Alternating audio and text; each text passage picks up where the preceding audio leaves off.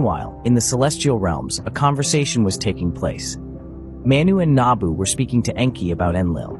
Their words echoed with concern and a sense of impending duty. The time had come to address Enlil's unchecked authority and the threat it posed. They knew with a heavy heart that something had to be done about Enlil. As they deliberated, an audacious plan began to take shape. Enlil, the powerful Anunnaki god, was to be captured. The method? Deception, aided by the enchanting charms of Inanna. The location of his exile? None other than the star Sirius. Stripped of his weapons and means of evasion, he would be left to his own devices, accompanied by whomever he desired, and surrounded by all the comforts he could ask for. But this was not an act of vengeance. A promise was made. Every 1,000 years, they would venture to Sirius to assess Enlil's state of mind and measure his repentance. His stay, whether long or short, would ultimately depend on him. This decision wasn't easy. It was a decision that tore at their hearts.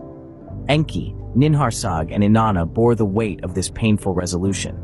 Yet, they knew it was necessary for the greater good. The peace and development of Earth hinged on it.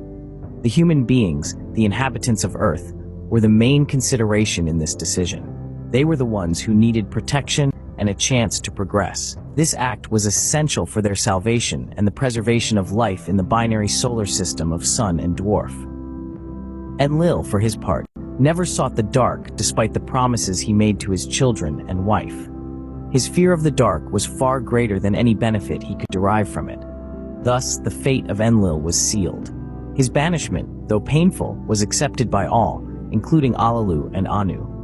Peace would return to Earth, and eventually, they hoped, Enlil would regain his lost sanity. Enlil's exile was painful but necessary for peace and development on Earth. Back on Earth, Yosu, having lived 3 years in peace with the Essenes, was now ready to face the Hebrew world. He found himself on a journey that led him to the banks of the Jordan River. Here, he encountered a man of similar age, baptizing people in the waters. This man was John of Arimathea, Yosu's cousin. Drawn by an inexplicable force, Yosu approached the waters.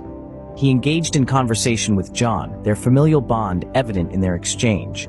As the sun began to set, Yosu made a decision that would mark the beginning of a new era. He stepped into the waters, allowing John to baptize him. This act, this immersion, was symbolic. It signified a cleanse, a rebirth, a commitment to speak his truth. Yosu's baptism